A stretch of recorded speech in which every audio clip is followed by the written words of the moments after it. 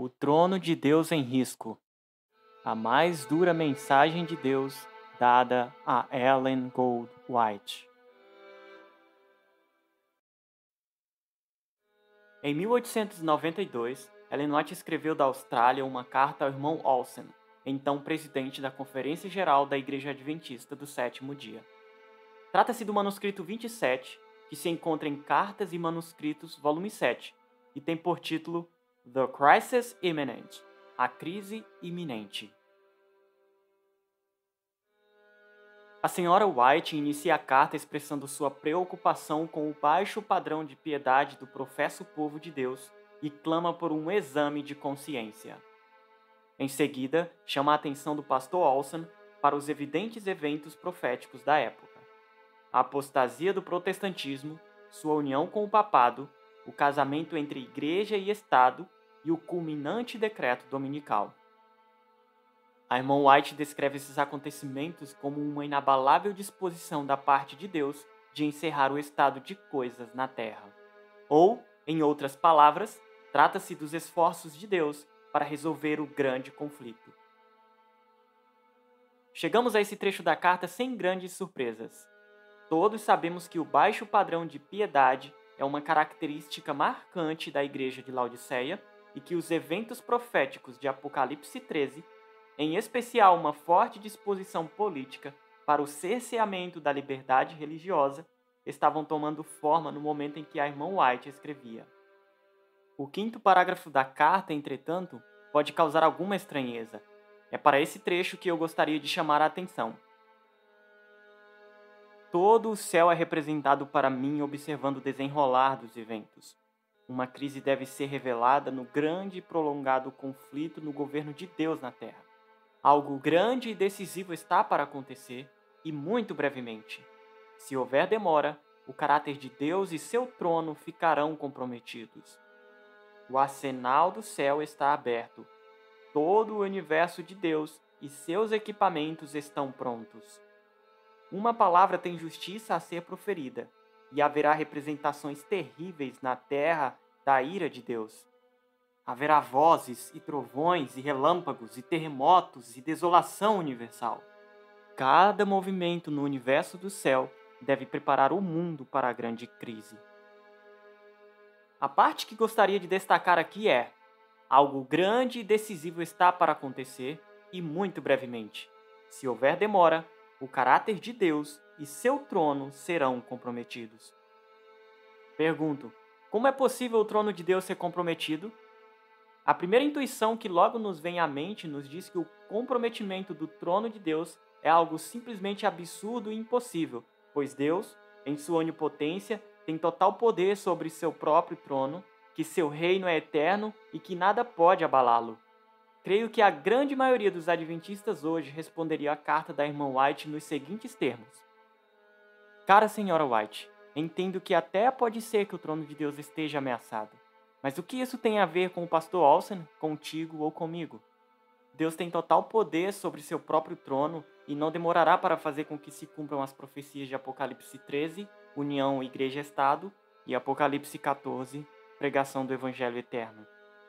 A parte do se houver demora significa apenas que o trono de Deus poderia talvez ficar ameaçado se ele demorasse em cumprir as profecias, mas de modo algum ele permitirá que isso aconteça.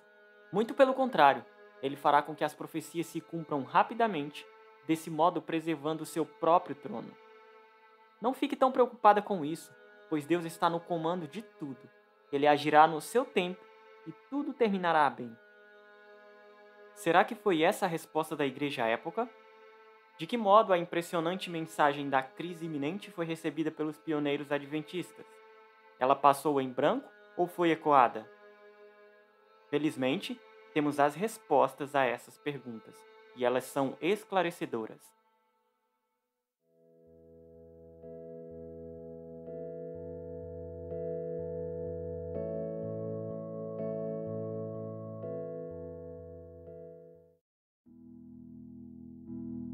A igreja não estava cega quanto às revelações do dom de profecia. O alerta da crise iminente não passou despercebido por entre os atentos pioneiros que pareciam muito mais sensíveis do que nós, para perceber as várias nuances de solenidade nas mensagens dadas por Deus. Com efeito, o testemunho da crise iminente não apenas foi escutado, acolhido e compreendido, mas chegou até mesmo à Conferência Geral do ano seguinte, em 1893. Naquela solene ocasião, um pregador, ao discorrer sobre os acontecimentos de Apocalipse 13, declarou: "Estamos comprometidos com o Senhor e perante o mundo, que dependemos de Deus, que Ele ama seu povo, que Ele se manifesta em favor daqueles cujos corações estão voltados para Ele." Irmãos, há também aquela palavra terrível que toca aquele mesmo pensamento que nos veio da Austrália. Está no depoimento intitulado A Crise Iminente. O que isso quer dizer? Algo grande e decisivo está para acontecer e logo cedo. Se houver demora, o caráter de Deus e seu trono serão comprometidos. Irmãos, por nossa atitude descuidada e indiferente, estamos colocando o trono de Deus em perigo. Por que ele não pode trabalhar? Deus está pronto. Os obreiros de Deus não estão prontos? Mas se houver algum atraso, o caráter de Deus e seu trono ficam comprometidos. É possível que estejamos prestes a arriscar a honra do trono de Deus? Irmãos, pelo amor do Senhor e do seu trono, saiamos do caminho. Vamos sair do caminho. A única maneira de sair do caminho de Deus é fugir para Ele. Essa é a única maneira de sair do seu caminho, e é para lá que Ele nos chama agora. Existe alguma semelhança entre esse trecho do sermão e a afirmação de que Deus agirá no seu tempo para retirar qualquer possível ameaça a si mesmo? Não há nenhuma semelhança. Há como harmonizar o significado que foi dado à crise iminente na Conferência Geral de 1893 com o significado que se dá a ela hoje, se é que ainda se dá a ela algum significado? Não há como. Percebam o que foi retomado no sermão da Conferência Geral. Algo grande e decisivo está para acontecer e logo cedo. Se houver demora, o caráter de Deus e seu trono serão comprometidos. E o modo com que a mensagem foi interpretada? Irmãos, por nossa atitude descuidada e indiferente, estamos colocando o trono de Deus em perigo. Portanto, quando a carta da Sra. White a irmão Olsen chegou ao conhecimento da igreja, não houve entre os pioneiros o entendimento de que o intuito de Deus ali era comunicar que estava prestes a agir para evitar o comprometimento de seu próprio trono. Antes, os pioneiros da igreja entenderam que se tratava de um alerta ao povo adventista e um chamado para a ação, pois o que realmente estava causando essa ameaça não era a ação ou inação de Deus, mas a ação ou inação de seu professo povo, que não pode ser obrigado a nada. Ainda assim, alguém poderá insistir que a mensagem da crise iminente estava sim dizendo que o próprio Deus logo agiria para retirar a ameaça ao seu trono e que isso nenhuma relação possuía com a obra da igreja. Para sustentar esse ponto, poderá argumentar que a interpretação levantada na Conferência Geral foi falsa e que não estava em sintonia com o que Deus realmente quis ensinar a seu povo por meio da irmã Ellen White. Felizmente, uma única citação será o bastante para demonstrar que a Sra. White endossou a mensagem pregada na Conferência Geral de 1893, a qual lemos há pouco. Em 1908, ela escreveu ao próprio pregador daquele sermão: "Tenho sido instruída a usar aqueles seus discursos impressos nos boletins da Conferência Geral de 1893 e 1897, os quais contêm fortes argumentos acerca da legitimidade dos testemunhos e que respaldam o dom de profecia entre nós. Foi-me mostrado que muitos seriam ajudados por esses artigos, e especialmente os recém-chegados à fé, que não têm sido familiarizados com nossa história como um povo. Será uma bênção a você ler novamente esses argumentos que foram preparados pelo Espírito Santo." De qualquer modo, passada a Conferência Geral, a reação à mensagem da crise iminente seguiu tomando forma. A carta da irmã Ellen White ao irmão Olsen foi novamente citada mais tarde, naquele ano, dessa vez em um artigo no periódico adventista The Home Missionary. Mais uma vez, o tema era o contexto dos eventos proféticos de Apocalipse 13. O trecho do artigo que evoca a crise iminente é esse: "Pois bem, vendo que tanto a besta quanto a sua imagem estão traçando a linha que é o objetivo expresso da mensagem do terceiro anjo traçar, e estão fazendo a distinção que é o objetivo expresso da mensagem do terceiro anjo fazer, não é hora de que as pessoas a quem esta mensagem maravilhosa foi confiada sejam batizadas no Espírito e revestidas com o poder desta mensagem gloriosa, que a própria mensagem faça o trabalho designado a ela e tenha a glória e a honra e a distinção e o poder que lhe pertence? Deverá o grande inimigo desta mensagem e de toda justiça fazer mais para marcar a distinção entre os dois grandes lados neste grande conflito do que a própria mensagem pode fazer? Deverá a besta e sua imagem fazer mais em fazer a distinção entre seus adoradores e os adoradores de Deus do que as pessoas a quem essa terrível mensagem foi confiada?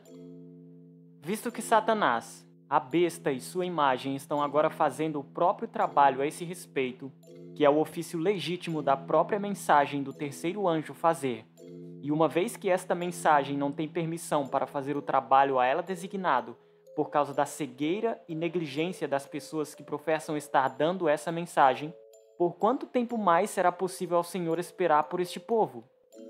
Oh, esse povo algum dia acordará? Será que eles despertarão para a obra poderosa que está acontecendo diante de nossos olhos? Quase 2 anos atrás, veio esta solene palavra: se houver demora, o caráter de Deus e seu trono serão comprometidos. Será que o caráter de Deus e seu trono serão colocados ainda mais em risco? Serão eles realmente comprometidos em esperar mais tempo por um povo que não acordará, nem virá em socorro do Senhor contra os poderosos? Como é fácil de notar, o texto parece desenvolver ainda mais o sermão apresentado meses antes na Conferência Geral. O entendimento dos pioneiros nesse período de pouco menos de 1 ano caminhou na direção da ideia de que a ameaça ao trono de Deus, a que o testemunho da crise iminente fazia referência, estava sendo causado por um povo cego, negligente e sonolento e não de modo premeditado pelo próprio Deus.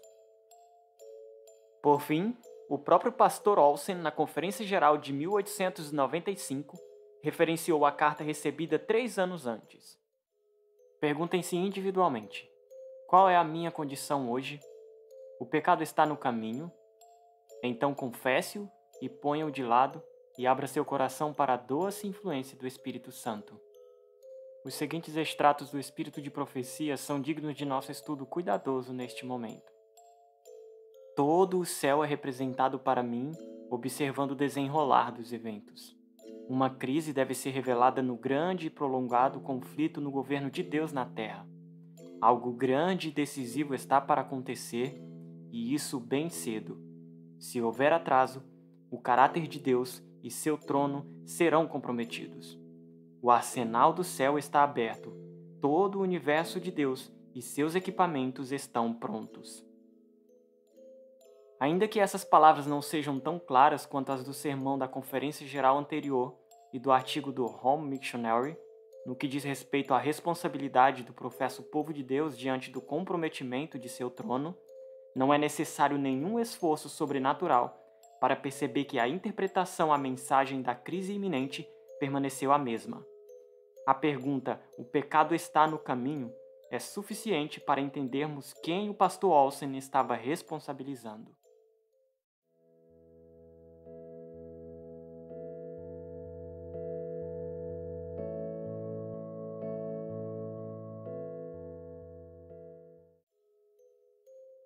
A grande impressão que tenho ao ler o testemunho da crise iminente e os impactos que ela causou é que nós, adventistas do sétimo dia, que distribuímos dezenas de livros do grande conflito para amigos, parentes, colegas de trabalho, vizinhos e conhecidos todos os anos, ainda não fazemos, não queremos fazer ou temos medo de fazer a menor ideia do que é o grande conflito e de todas as implicações que ele traz. Temos sido ensinados que, queira você ou não queira, Jesus vai voltar, que se nós não pregarmos, outros pregarão em nosso lugar, que se não clamarmos, as pedras clamarão, que os anjos farão a obra se necessário, que Deus não permitirá que leve mais tempo do que aquele que foi determinado. Todas essas frases buscam afirmar, no final das contas, que a igreja não pode falhar ou que, se falhar, ainda assim, tudo terminará bem. Creio que a maioria dos adventistas que, assim como eu, foram criados no meio adventista, cresceram acostumados com a ideia de responsabilidade individual em relação à salvação pessoal e com a sombria possibilidade de ser achado em falta quando o próprio nome for passado em juízo. Todo adventista tem pleno conhecimento de que há uma séria ameaça à sua própria salvação e que suas escolhas podem alterar seu destino final, mas mesmo nesse caso, sempre poderá se conformar com o fato de que, se não alcançar o céu, muitos outros alcançarão e viverão em contato constante com Jesus por toda a eternidade. A clara existência de um céu para os justos e de uma eternidade de paz é algo sublime mesmo para quem não imagina que estará lá.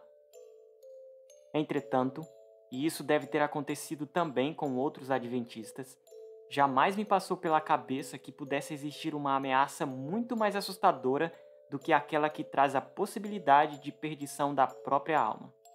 E é justamente disso que estamos aqui falando. A ameaça ao trono de Deus é a maior de todas as ameaças, pois põe em risco não apenas a salvação individual, mas realmente tudo o que existe. Como pode ser que o trono de Deus esteja ameaçado se o grande conflito já está plenamente solucionado? De fato, todas as frases do tipo "queira você ou não queira, Jesus vai voltar" costumam passar a mesma ideia de que o grande conflito já está resolvido e que o que veremos daqui em diante são apenas profecias protocolares. O modelo do grande conflito que levamos na mente é o de um Satanás já derrotado, almejando apenas um final um pouco menos desastroso para si mesmo, no qual tenta levar mais alguns com ele. Podemos dizer que esse é o grande conflito calvinista, se é que tal coisa seja possível, em que Deus já tem tudo resolvido e a ação da igreja nenhuma diferença faz. É um Deus que não quer ou não tem nada para provar. Infelizmente, de acordo com a revelação dada à Sra. White e a compreensão dos pioneiros adventistas, não é esse o grande conflito que está em curso.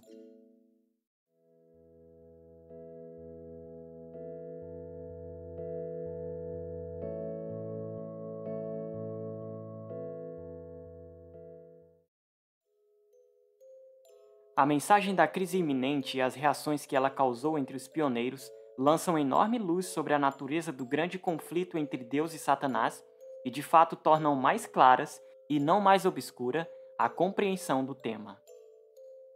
Proponho aqui, portanto, a montagem de um breve modelo para o grande conflito, considerando tanto a revelação inicial dada à Sra. White, quanto a direção posterior que os pioneiros deram à mensagem por eles ouvida.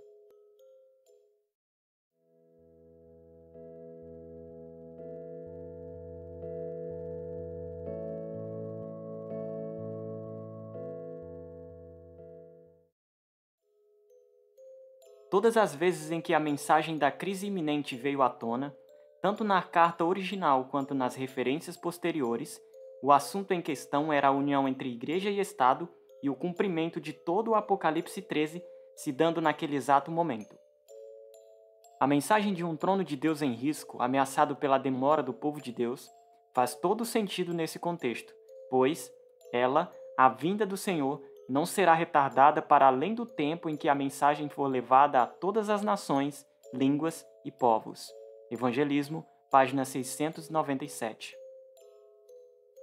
O cumprimento de Apocalipse 13 nos tempos da irmã Ellen White era um chamado para a pregação do Evangelho contido nas 3 mensagens angélicas. Mas isso não quer dizer que uma coisa deveria necessariamente levar a outra, como se houvesse ali uma espécie de lei natural escatológica. O avançamento da união entre Igreja e Estado não precisava, assim como ainda hoje não precisa, necessariamente provocar o encerramento da obra missionária mundial. Costuma-se pensar que há uma espécie de relação casual e lógica entre 2 eventos, tal como ocorre com uma reação química. Tanto não é assim que a paixão para o cerceamento da liberdade religiosa, na falta de um povo disposto a servir a Deus, simplesmente arrefeceu. Ainda hoje os adventistas guardam o sábado, ao menos na maioria dos países, inclusive nos Estados Unidos da América. Por que isso aconteceu? Porque a liberdade religiosa foi preservada e mesmo aumentada em alguns períodos no século XX. A melhor resposta até agora parece ser: porque esses eventos não encontraram sua contrapartida necessária, a saber, um povo comprometido na pregação das mensagens angélicas. Um não pode avançar sem o outro, de modo que quando um avança e o outro não, Deus precisa segurar os ventos dos acontecimentos.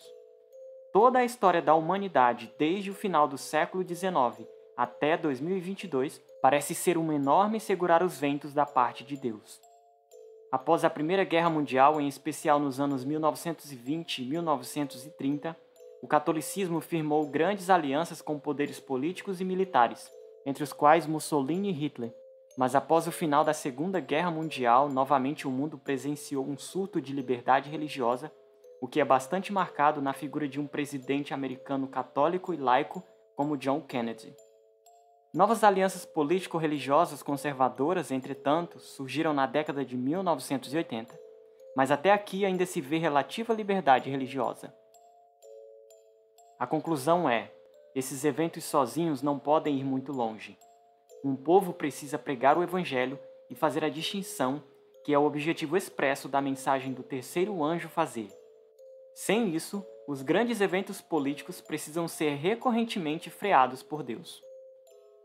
Aqui podemos entender por que não devemos alardear nenhum acontecimento geopolítico que pareça prenunciar o fim da liberdade religiosa.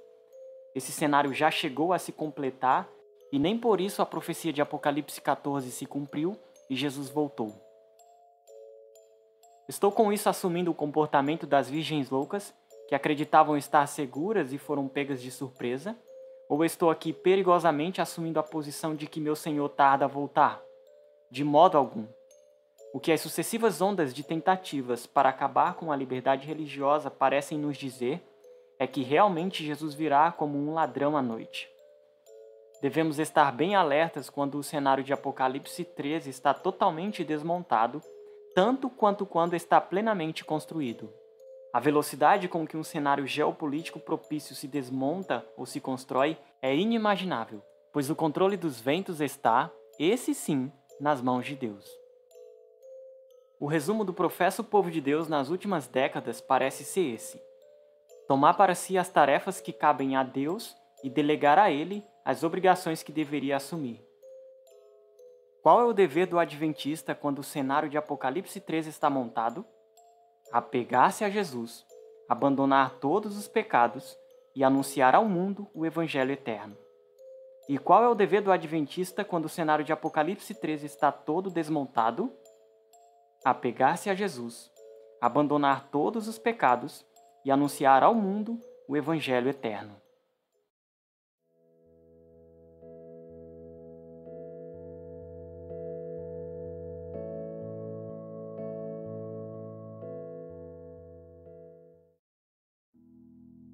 Deus quer encerrar o estado de coisas nesse mundo.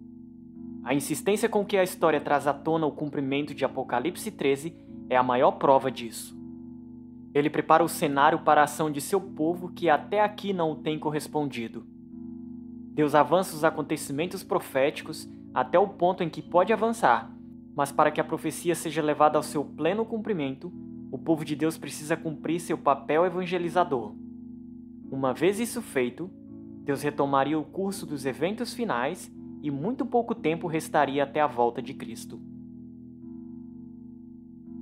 Deus não pode agir levantando por força 144 mil indivíduos selados e dispostos a dar a última mensagem de advertência ao mundo, e também não pode pregar por si mesmo as 3 mensagens angélicas, enviando anjos ou robôs, por exemplo. Por quê? Porque em assim fazendo, estaria reconhecendo que sua posição no grande conflito é insustentável.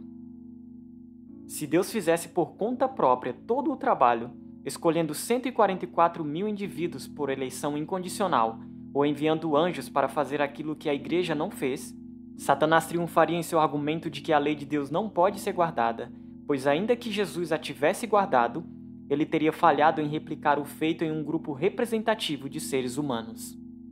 A profecia de Apocalipse 14 teria sido um fracasso. Não haveria 144 mil indivíduos dotados de liberdade moral, redimidos da terra, selados por convicção da verdade, guardadores dos mandamentos de Deus e possuidores da fé de Jesus. Se Deus, lançando mão de sua onipotência, cumprisse por imposição a profecia de Apocalipse 14 e selasse indivíduos sem convicção da verdade, estaria reconhecendo que aquilo por que ele lutou por tanto tempo, a saber, um modelo de governo pautado na liberdade e na obediência, não tem como funcionar.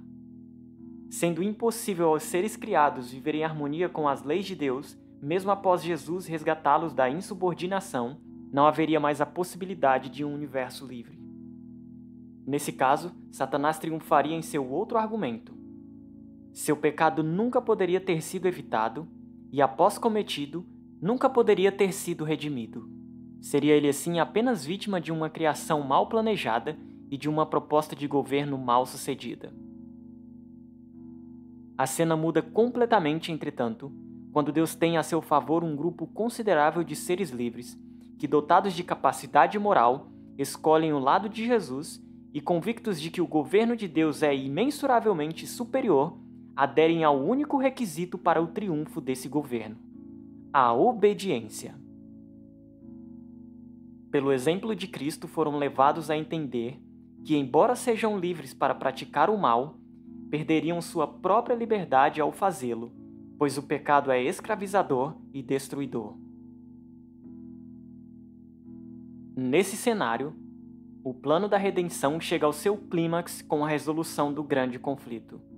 Portanto, antes que possa cumprir os acontecimentos descritos entre os capítulos 15 e 22 do Apocalipse, que dão fim a esse conflito cósmico, Deus precisa que Jesus e seus 144 mil sigam adiante com o cumprimento de Apocalipse 14.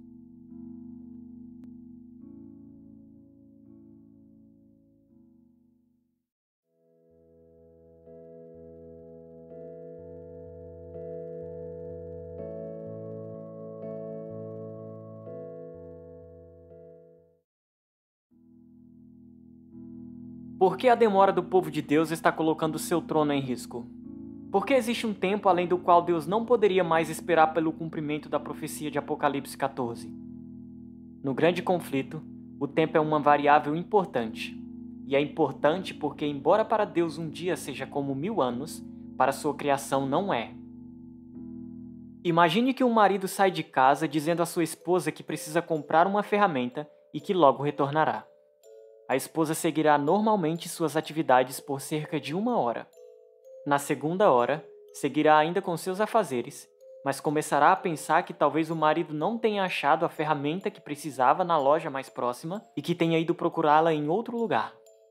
Na terceira hora, instintivamente passará a desconfiar que o marido tenha aproveitado a viagem para resolver mais alguns outros assuntos.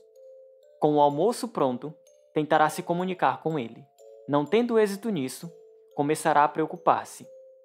Se toda a tarde passar sem que o marido apareça, ela ficará muito apreensiva. Ao final da tarde, tentará vários meios para contatar o marido. Se chegar à noite e ela não tiver tido nenhuma notícia do esposo, ela procurará a polícia. Amanhecendo o dia, ela terá total certeza de que algo muito ruim aconteceu, embora não saiba o que. Passada 1 semana, ela estará tomada de completa angústia. Passado 1 mês, haverá apenas uma vaga esperança de que seu marido não esteja morto. Transcorrido 1 ano, ela estará em luto. 10 anos, e ela já terá adaptado toda a sua vida à solidão ou terá casado novamente.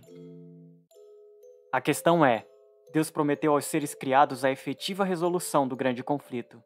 Prometeu a eles encerrar a angústia e desmascarar os sofismas de Satanás à luz dos fatos, em um cenário em que todos tenham entendido bem o que realmente ocorreu. Já é hora de que os adventistas, fascinados pelas respostas fáceis do calvinismo, finalmente percebam que Deus não deseja simplesmente recorrer à sua onipotência para restabelecer sua criação. Se quisesse agir desse modo, já poderia tê-lo feito em qualquer momento do passado, antes de fazer de si mesmo criatura, antes de criar a terra e antes de séculos e mais séculos de sofrimento. Deus de tal maneira preza pela consciência, inteligência e liberdade de suas criaturas, que a fim de preservá-las com esses atributos, arriscou seu próprio trono e permitiu que Jesus passasse por tudo quanto passou nesse mundo. Não é esse um Deus firmemente decidido a não usar sua própria onipotência? Ora, se os seres criados, os quais estão espalhados por todo o universo, ainda são inteligentes e livres, pois Deus não abre mão de que sejam, não podem evitar de observar atônitos todo o desenrolar dos fatos, pois podem compreendê-los e raciocinar a respeito deles. Reconhecem o perigo do trono de Deus estar em risco e não podem deixar de sentir um frio na espinha, do mesmo modo que uma esposa sente um calafrio a antever a possibilidade de seu marido não retornar.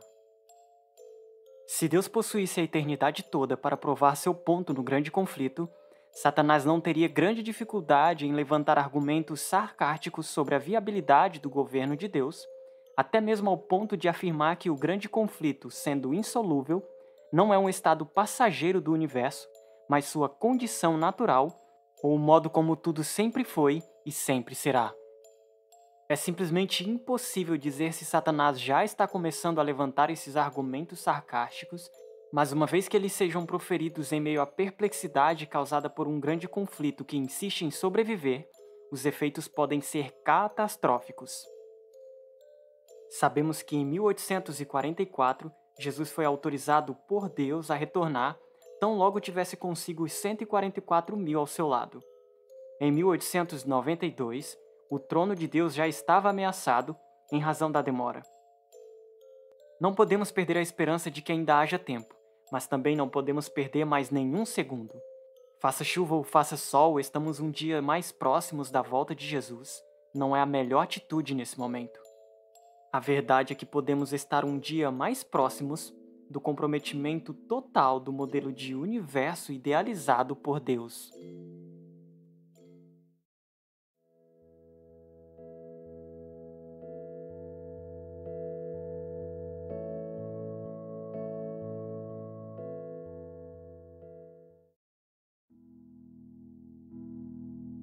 Juntando as peças da crise iminente, chegamos a uma visão geral do grande conflito e as evidências que apontam para a realidade de um trono de Deus em perigo.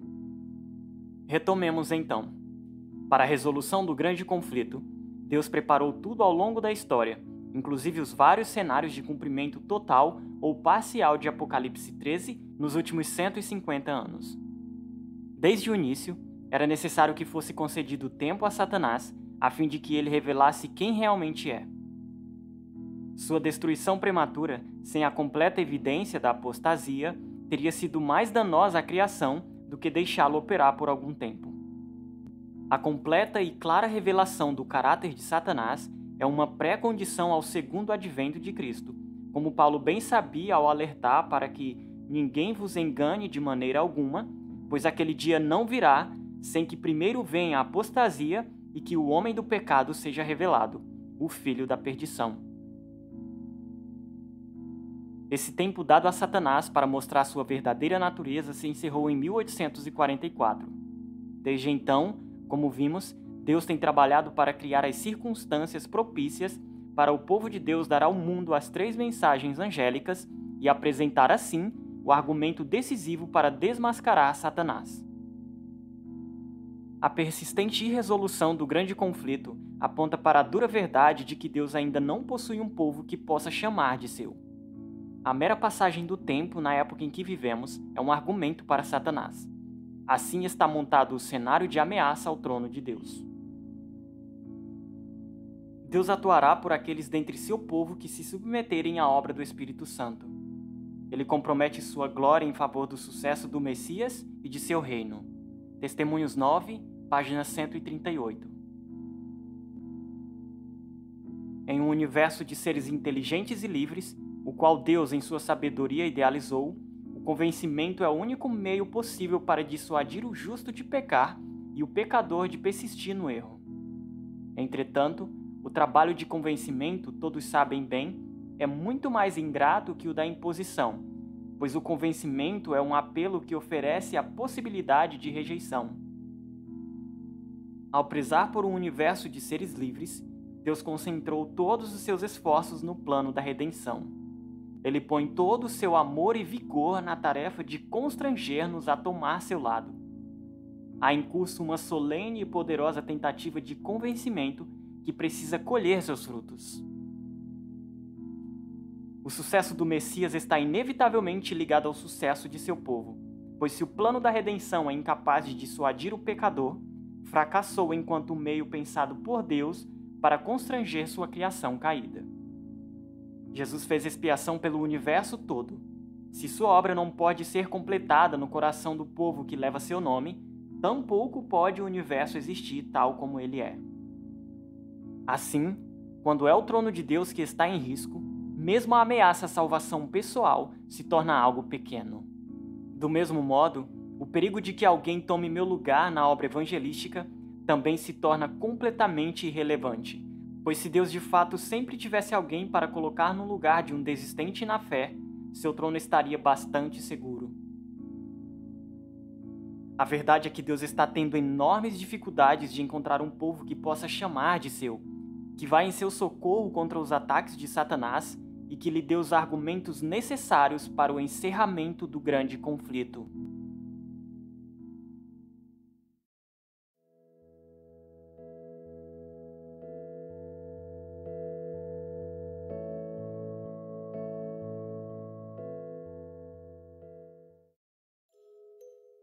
A mensagem da crise iminente e o modo com que ela foi compreendida pelos pioneiros adventistas é de fato bastante assustadora, pois envolve uma ideia à qual não estamos nem um pouco habituados. Não à toa foi considerada uma palavra terrível. No entanto, seria vão qualquer esforço para atenuar a dura realidade que ela traz, pois se Deus optou por revelá-la de um modo tão vívido à sua profetisa e impressionar com tanta intensidade sua igreja, é porque foi necessário assim fazê-lo e porque podemos suportá-la sem desespero se estivermos com o olhar em Cristo. A pior das atitudes seria murmurar. Dura essa palavra. Quem consegue ouvi-la? Sempre será melhor viver à luz de uma verdade dura e assustadora do que nas trevas de uma mentira agradável. O grande conflito que se tem pregado, em que nada mais há que se fazer, e na qual Cristo já tem ou terá por força seus 144.000, é uma mentira agradável. E não é a verdade libertadora, João 8,32? O leitor da crise iminente certamente verá isso de si qualquer resquício de triunfalismo, o que é bom, pois o triunfalismo destrói toda percepção de responsabilidade. É importante lembrar que sempre onde houver livre-arbítrio, haverá responsabilidade. A mensagem da crise iminente, além disso, traz mais valor ao céu. O que era apenas uma certa recompensa dos justos, de repente se torna a mais maravilhosa e improvável resolução de algo aparentemente insolúvel. O céu, enquanto sede do governo de Deus, de repente se revela diante de nós como a materialização de um sonho que quase não se podia mais sonhar e algo para realmente ser celebrado efusivamente dia e noite por toda a eternidade, como a mais sublime vitória na qual poucos ousaram acreditar. O céu, após a crise iminente, é um céu bastante diferente daquele sobre o qual falamos vulgarmente nas nossas conversas de sábado à tarde. Ele possui muito mais cores e é um verdadeiro recomeço para as criaturas de Deus.